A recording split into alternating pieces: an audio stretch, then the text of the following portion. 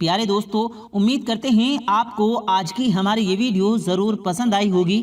اگر آپ کو یہ ویڈیو پسند آیا ہو تو اس ویڈیو کو دل سے لائک کریں اور زیادہ سے زیادہ لوگوں تک اس ویڈیو کو ثواب کی نیت سے شیئر کریں، اور اس ویڈیو کے بارے میں آپ کی کیا رائے ہے کمنٹ سیکشن میں اپنی رائے کا اظہار ضرور دیں، اور مزید اسی طرح کی روز کی ویڈیو پانے کے لیے ہمارے چینل کو ضرور سبسکرائب کریں۔ ملتے ہیں پھر ایک نئی ویڈیو کے ساتھ، تب تک کے لیے اللہ حافظ۔